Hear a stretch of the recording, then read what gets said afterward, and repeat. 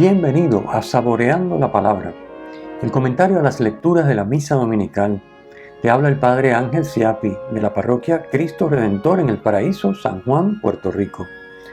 Recuerda que en la descripción están las citas bíblicas de las lecturas, el enlace al guión de la Lección Divina, el enlace a los apuntes del comentario y la dirección de la página web de la Parroquia Cristo Redentor.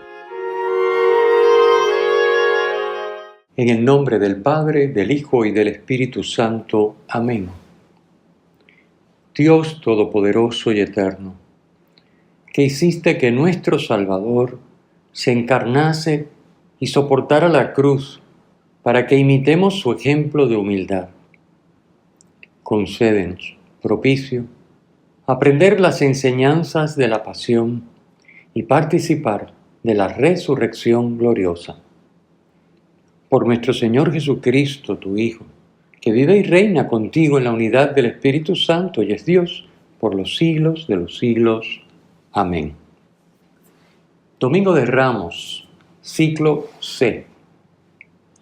Nos encontramos iniciando una vez más la Semana Mayor, la Semana Santa, y como todos los años, el Domingo de Ramos, escuchamos la lectura de la Pasión de nuestro Señor, cada año según un evangelista distinto. En este ciclo C escuchamos el relato de San Lucas. Vamos a comentar las lecturas. La primera lectura está tomada del libro de Isaías y es el tercer canto del siervo de Yahvé, que se encuentra en el libro del profeta Isaías, que se atribuye al segundo Isaías. Ya hemos explicado otras veces, son los capítulos 40 al 55 del libro. El libro son 3 Isaías en un solo libro, el Isaías, el primer discípulo y otro más, que serían el final del libro, que son los capítulos 56 al 66. Hoy estamos en el segundo Isaías, el conocido como segundo Isaías, y escuchamos, como dije, el tercer canto del siervo de Yahvé. Este segundo Isaías es un profeta que vive durante el exilio en Babilonia y que está separado por casi 200 años del primer Isaías, del profeta. El canto que escuchamos es un retrato de la figura del Mesías. Lo vemos claramente sobre todo en el comportamiento de Jesús durante su pasión, que responde a la descripción que nos hace este tercer canto del siervo de Yahvé, del profeta Isaías.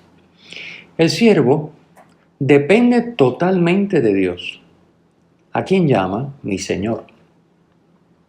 Es Dios quien le abre el oído y es Dios quien pone las palabras en su boca. El siervo comparte el sufrimiento de los hombres.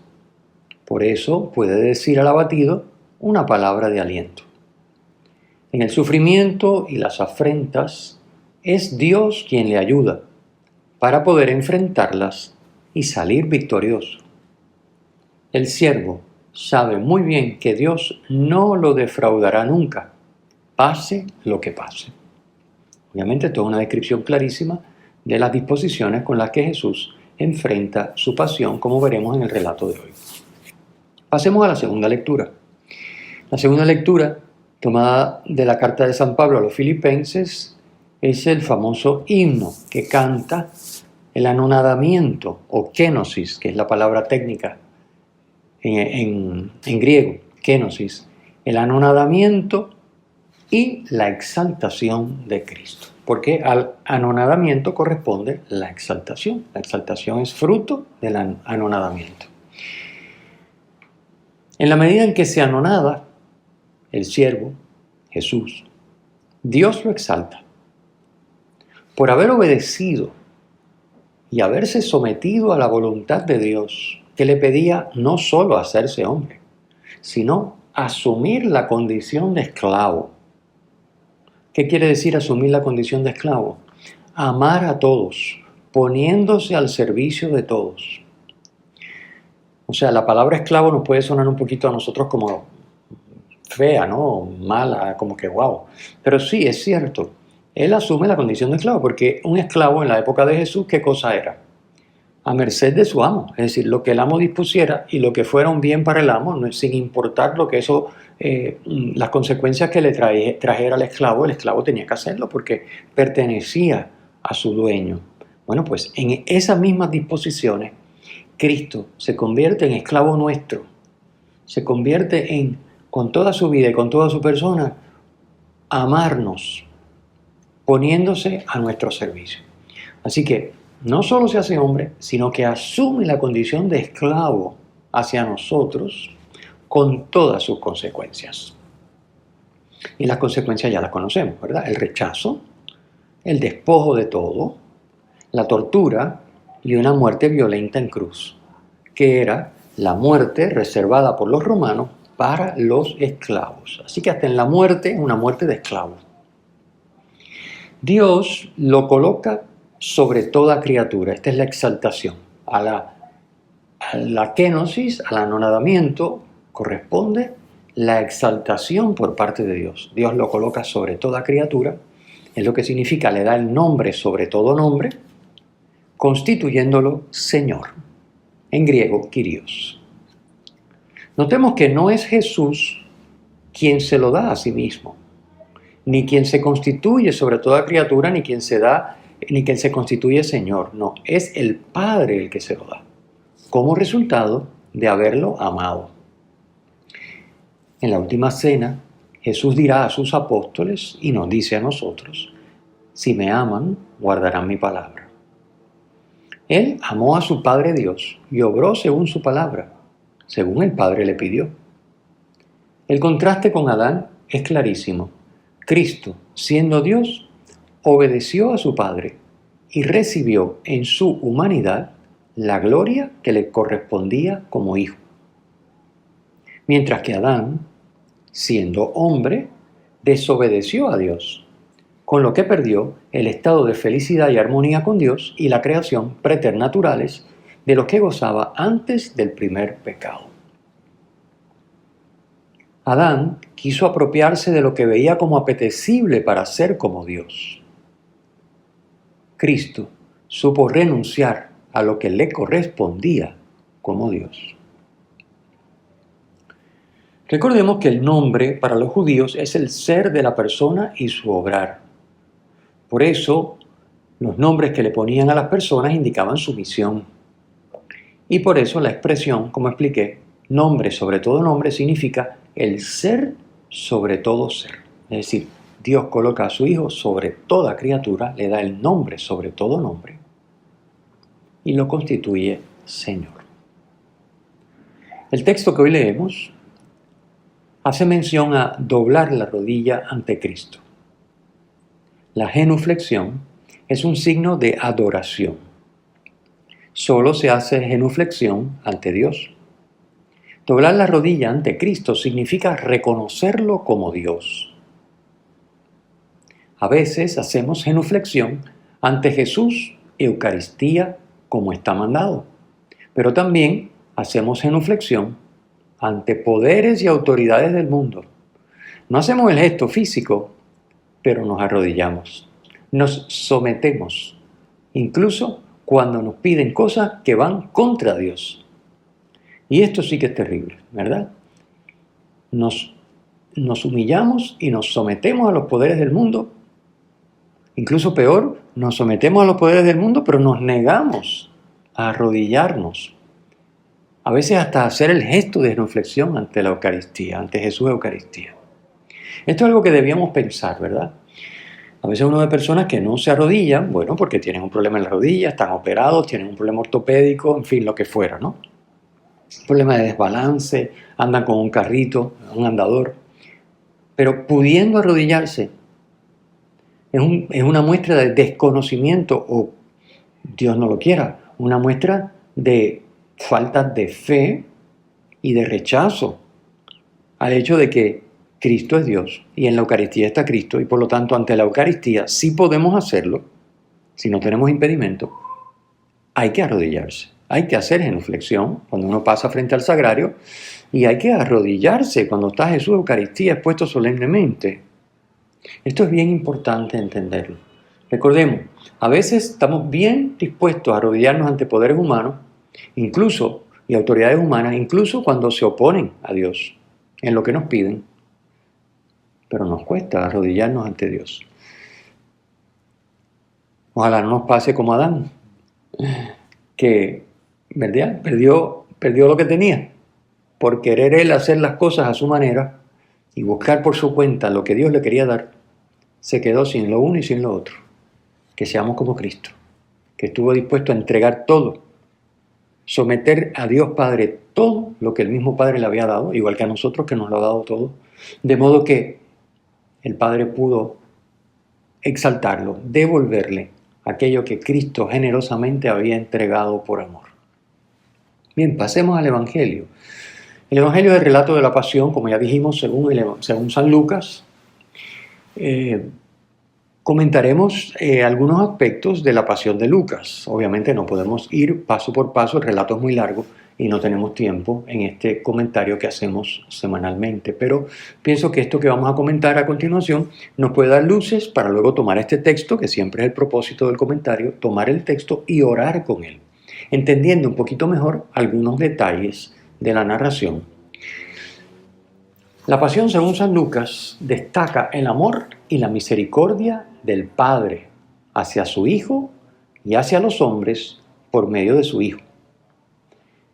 Esto no es solo un elemento que podemos apreciar en la pasión, sino en todo el Evangelio de Lucas.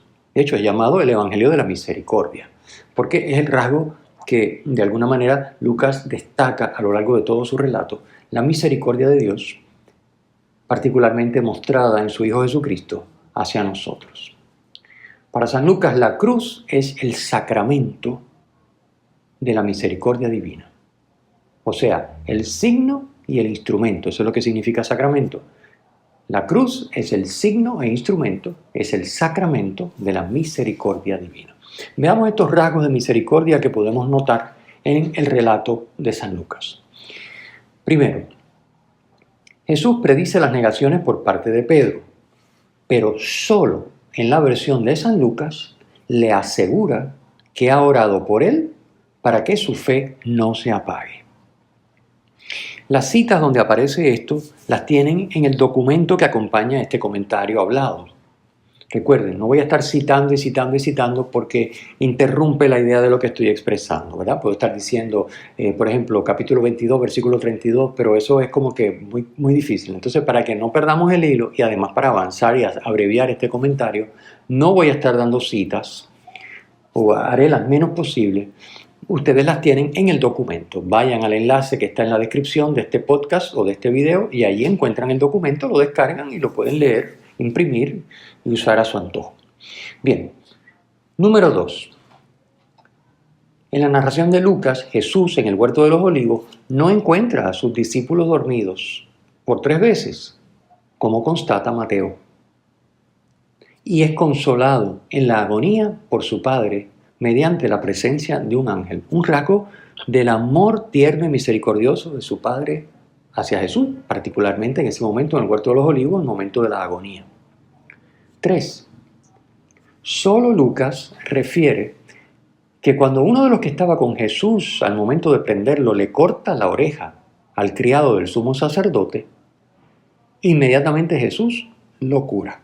Un gesto de misericordia. 4. En Lucas, los discípulos no huyen cuando prenden a Jesús.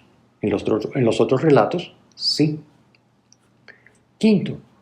Pedro no jura ni maldice cuando niega que conoce a Jesús. Podemos ver, por ejemplo, la contrapartida en el Evangelio de Mateo, donde ahí sí Pedro niega y maldice, jura y maldice cuando niega. Aquí no, aquí la figura de Pedro sí lo niega, porque es verdad, eso ocurrió, pero está mucho más mitigada la presentación. Diríamos que lo cubre con un velo de misericordia el narrador de esta pasión. 6. Jesús busca la oportunidad para mirar con amor a Pedro luego de que éste lo niega. Eso solamente ocurre en la pasión de Lucas. 7. Los enemigos de Jesús no le escupen y no lo atan para llevarlo ante Pilato. Una vez más, en vez de, probablemente sí le escupieron y probablemente sí lo ataron, pero en la pasión de Lucas no sucede. Es como, de nuevo, un velo de misericordia, donde sí, lo entregaron, lo condenaron y lo mataron, pero esos detalles que hacen más odiosa esa acción mala, Lucas los omite. Interesante. 8. Con relación a Judas, Lucas no recoge el trato con los príncipes de los sacerdotes para entregar a Jesús por dinero. Sí, Lucas lo traiciona y Lucas lo entrega, pero no aparece como en Mateo que él se pone de acuerdo para entregar a Jesús por dinero, lo cual es una cosa realmente asquerosa, ¿no? Es decir, vender a una persona es como el tráfico de personas o el tráfico de órganos o esas cosas que vemos hoy en el mundo de nuestro mundo de hoy que tiene poco de civilizado en esas cosas, ¿no? Y que realmente es una cosa repulsiva. ¿Cómo puede haber un ser humano que se presta a hacer una cosa así? Aquí, bueno, pues Lucas nos presenta a un Judas que sí traiciona, pero no entra en el tema de intercambiar a Jesús por dinero. 9. Pilato aparece también cubierto por el velo de la misericordia en el relato de Lucas por 3 veces. Leámoslo con detenimiento. Por 3 veces Pilato aparece tratando de liberar a Jesús y además convencido de su inocencia. 3 veces ocurre esto. 10. A diferencia de Mateo y de Marcos, Jesús en la cruz, en Lucas, no queda aislado, sino acompañado de los conocidos y de las mujeres que lo seguían desde Galilea. 11. La cita del Salmo 22, Dios mío, ¿por qué me has desamparado? ¿O por qué me has abandonado? Que presenta Mateo, Jesús en la cruz antes de morir. Lucas la sustituye por el perdón para los que lo matan. Padre, perdónalos, porque no saben lo que hacen. Fíjense la diferencia. La misericordia, el perdón, envuelve todo en Lucas. 12. Lucas es el único evangelista que narra el perdón concedido por Jesús al ladrón crucificado junto a él. El ladrón que le pide misericordia recibe inmediatamente como respuesta la seguridad de su salvación. Hoy estarás conmigo, hoy. Otro tema también lucano, pero que no nos da tiempo a comentar, el tema de hoy. Quiere decir ya, la salvación es ya. Obviamente no en plenitud, ni en su totalidad, no es la salvación escatológica, no es el final de todo, no es la recapitulación en Cristo de todo, pero sí es ya una realidad la salvación, ese hoy de Lucas, con la que él le concede el perdón al ladrón arrepentido. Finalmente, número 13, Jesús expira abandonándose confiadamente en las manos amorosas de su Padre, y lo hace con una cita del Salmo 31. Padre, en tus manos encomiendo mi espíritu. Ese padre que había mandado al huerto de los olivos el ángel a confortar a su hijo, en las manos de ese padre, manos amorosas, se encomienda a Jesús y entrega su espíritu a la hora de morir en la cruz. Muy bien. El relato de la pasión, según San Lucas, explica no solo por qué mataron a Jesús, sino el sentido que Jesús mismo dio a su muerte. Dice el versículo 22 del capítulo 22, según lo establecido. Es decir, según está dicho por los profetas en las Escrituras. ¿Qué significa? Según el plan establecido por Dios, que es lo que expresan las Escrituras.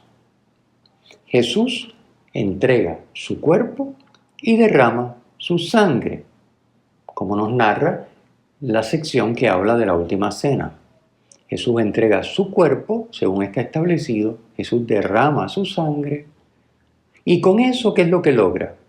Con eso está oponiendo su amor al mal y al pecado que quiere destruirlo a él y a nosotros los seres humanos, los hombres. Vamos a aclarar, porque esto a veces es objeto de malas interpretaciones, que esto no quiere decir que el Padre quiso la muerte en cruz de su Hijo.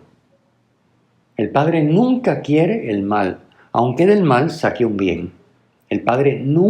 Dios nunca quiere el mal. Dios permite el mal, que es distinto. Así que el Padre no quiere la muerte de su Hijo en cruz, la tortura, no. ¿Qué es lo que quiere el Padre? El Padre quiere que su Hijo enfrente y venza el mal y el pecado con su amor hasta las últimas consecuencias. Y es previsible que esas consecuencias, la última de ellas fuera, sin duda, la muerte. Es decir, Dios no excluye las consecuencias que van a incluir esa muerte en cruz, pero no las quiere. Lo que quiere es el amor que vence el mal y el pecado y que le van a acarrear como consecuencia la muerte. En Cristo, Dios quiso amarnos hasta llegar incluso a la muerte en cruz. Hablemos un poquito sobre el tema de la oración. La oración es uno de los temas que Lucas enfatiza también en su Evangelio y en la Pasión aparece de manera particular en la escena de la oración de Jesús en el huerto de los Olivos. Toda ella está impregnada de oración, fíjense. Vean después el texto con calma. Jesús está todo el tiempo en el huerto de los Olivos orando a su Padre, todo el tiempo. Y 2 veces aconseja a sus discípulos, al comienzo de la escena y al final, que oren para no caer en la tentación. Es toda una catequesis de oración. Cristo orando a su Padre en el momento de la agonía. Un modelaje perfecto de lo que es la oración. Las palabras, los gestos y además el consejo al inicio y al final de la escena a sus discípulos y por ende a ti y a mí, de que oremos sin cesar para no caer en tentación. Podríamos reflexionar esto con calma y ver dónde anda nuestra oración. ¿Cómo estamos?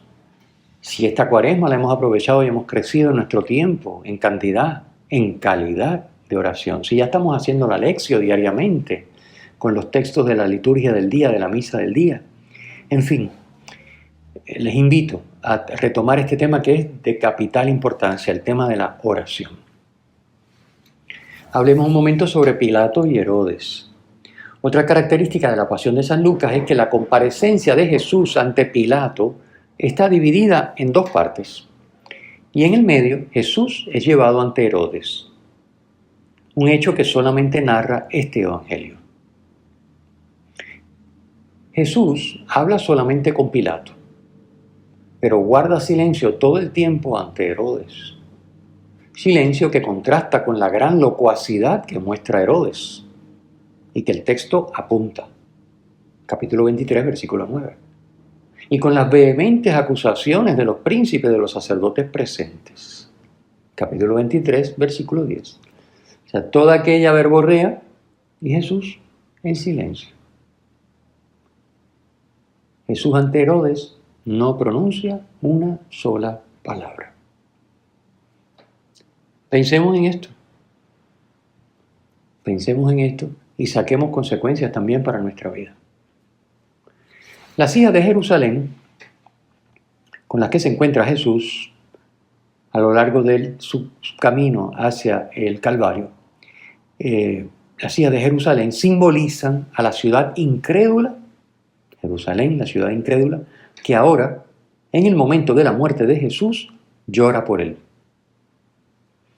Su llanto evoca la lamentación que aparece en el profeta Zacarías, capítulo 12, versículo 10, y que dice: derramaré sobre la casa de David un espíritu de compunción y de pedir perdón. Al mirarme traspasado por ellos mismos, harán duelo como por un hijo único, llorarán como se llora a un primogénito. A pesar de que las tradiciones judías prohibían llorar por los condenados a muerte, esto es importante saberlo, las mujeres manifiestan su dolor por el sufrimiento de Jesús. Pero Jesús les deja claro que lo que realmente hay que llorar y lamentar es nuestra negativa a dejarnos amar por Dios en la persona de su Hijo Jesucristo. Es lo que significa el leño verde. Él es el leño verde, el que no tiene pecado y el que nos ama con un amor sin límites. Si al leño verde le hacen esto, si no aceptamos el amor que Dios nos manifiesta en su Hijo Jesucristo, en el Santo, con S mayúscula,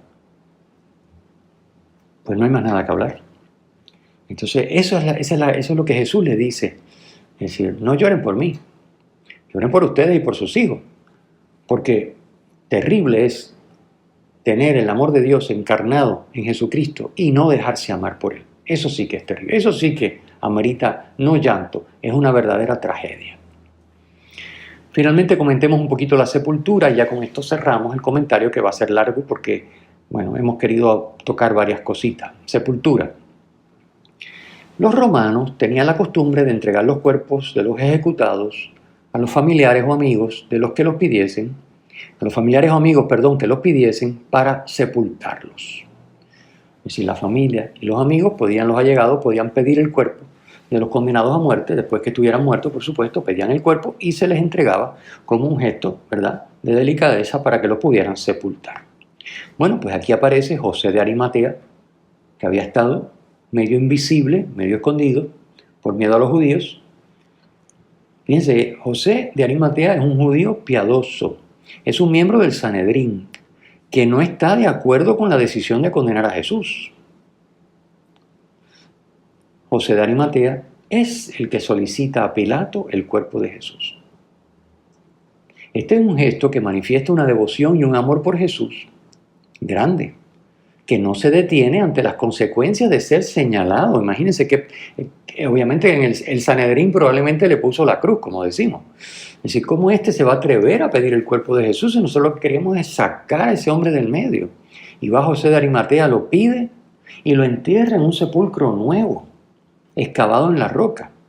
O sea, un sepulcro de calidad, no le abrió un hueco en la tierra y lo tiró, sino un sepulcro en la roca. Era un sepulcro elegante, de calidad, de cierto nivel, y estaba nuevo, ¿no? Nadie había sido enterrado allí. Entonces, con esto José de Arimatea está manifestando una devoción y un amor por Jesús grande.